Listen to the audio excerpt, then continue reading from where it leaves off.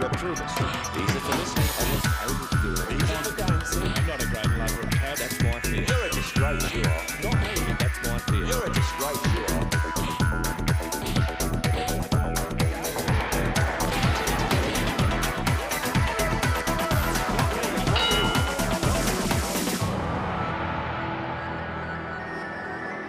Hello and welcome to One-on-One Shadowboxing.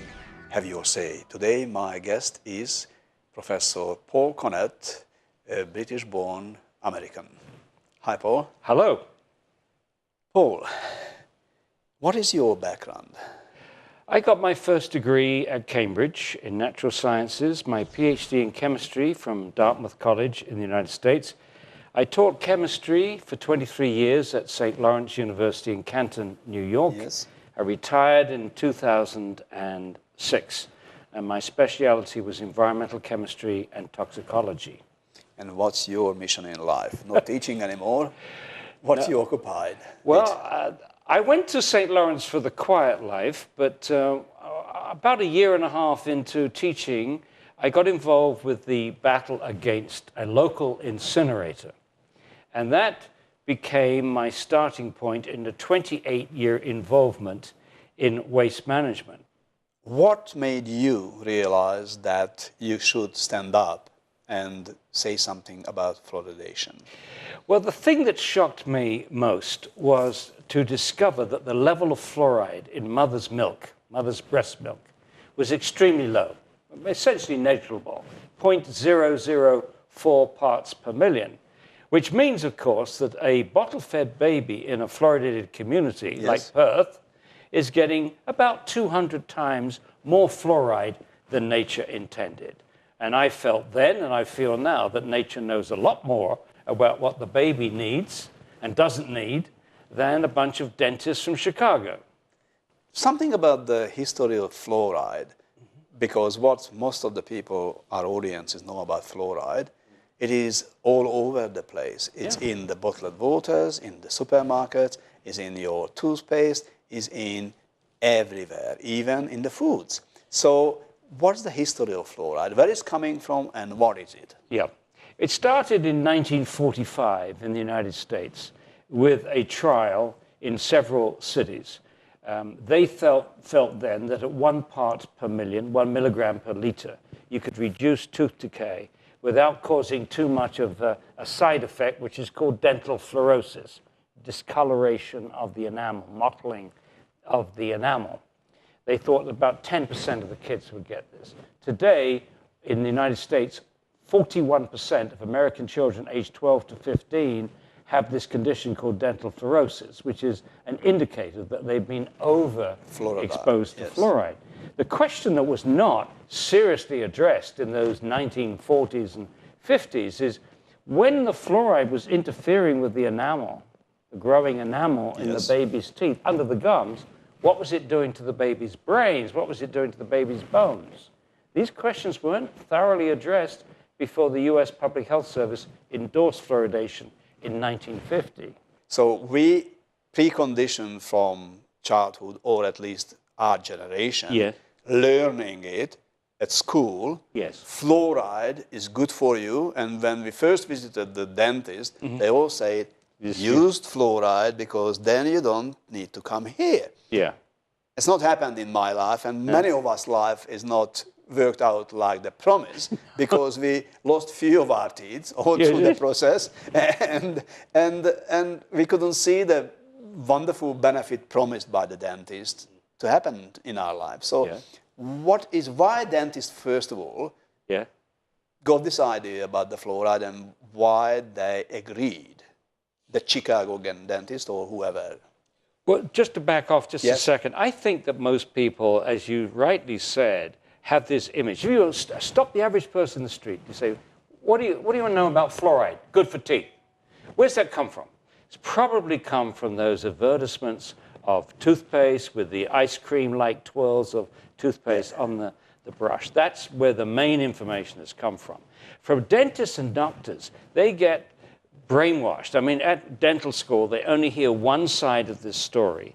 And when they go into practices, they don't have much time to actually review the literature. So they're taking it at face value. Everybody's taking it at face value from the top without actually reading the literature. So who is sitting at the top who's telling that one to us, or to the schools and the dentists? Well, I'll give you one to chew on Yes. right away.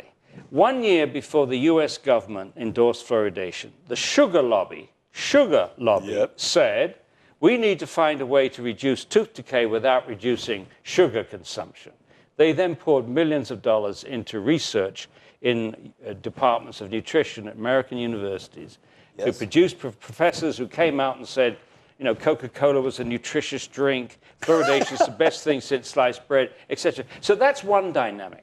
Another dynamic is that, and there's a whole book written on this called The Fluoride Deception by Bryson, a former BBC correspondent and Yes. producer. He spent 10 years writing this book. He documented collusion between the US Public Health Service and the Fluorine Lawyers Association. Now, the Fluorine Lawyers Association... They're not from Florentine. No. They were representing companies that produce fluoride as a pollutant, as an emission, which was damaging agriculture. According to the Department of Agriculture in the US, fluoride had done more damage to agriculture than any other air pollutant, nasty air pollutant. More than DDT. Yep. Had done more damage to agriculture than any other air pollutant, nasty air More pollutant. than DDT. Yep. And That's good to hear. so you had all these industries like the aluminum industry, the steel industry, any metal producing industry, the phosphate fertilizer industry, the oil industry, all gearing up for a massive production after World War II, finding out that, oh my goodness, one of their pollutants would cost an arm and a leg to control, to regulate, to dispose of, and at the same time, they knew they had liabilities. And liabilities that they couldn't escape because the biomarker of dental fluorosis. You could tell when a kid had dental fluorosis. There it was on the teeth. But once it was put in the water, into the drinking culprit, water. yes, the drinking water, the culprit disappears. Why does it continue? Why do these health bodies still continue to push this long after they've found that it works topically, not systemically, long after the studies of harm are coming through from China and India where they have high natural levels of fluoride? I think it's a very simple human problem. They don't want to admit that they're wrong. Bureaucrats do not like admitting that they're wrong. See, we're not trusting the governments anymore, the people not trusting politicians. So what the heck happens if we stop trusting, the health officials?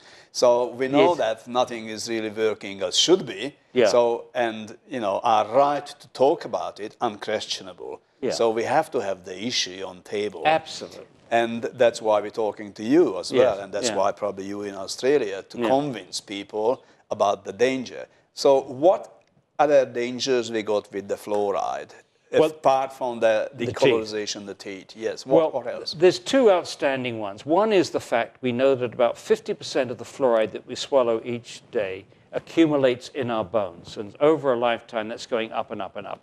And we know in India and China that people's bones have been wrecked by fluoride. And the first symptoms are like arthritis, pains in the joints, stiffness in the joints. And the later symptoms, the bones are very hard, very brittle, and that's when you get an increase in fractures. And that we're concerned with increased hip fractures in the elderly. But the other issue is at the other end of life, the lowering of IQ in children. We now have 37 studies, most of them from China, but some from India, Mexico, and Iran, which show an association with fairly modest exposure to fluoride and lowered IQ. The lowest level, without any interference with iodine, is 1.8 parts per million in the water. And I argue that that doesn't offer an adequate margin of safety between kids, about 100 kids, drinking water at 1.8 parts per million. Now you've got to find a safe level for the whole population, including the most vulnerable. There's not an adequate margin of safety to protect all our kids from the lowering of IQ. And this is something that we're doing to ourselves.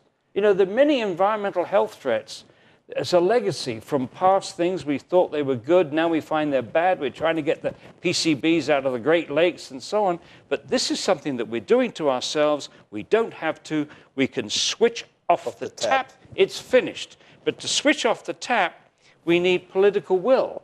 And to get that political will, we need more people informed and organized. And you are helping on the first part of the information. Unfortunately, we've got fluoride-free WA that is working on the organizing part.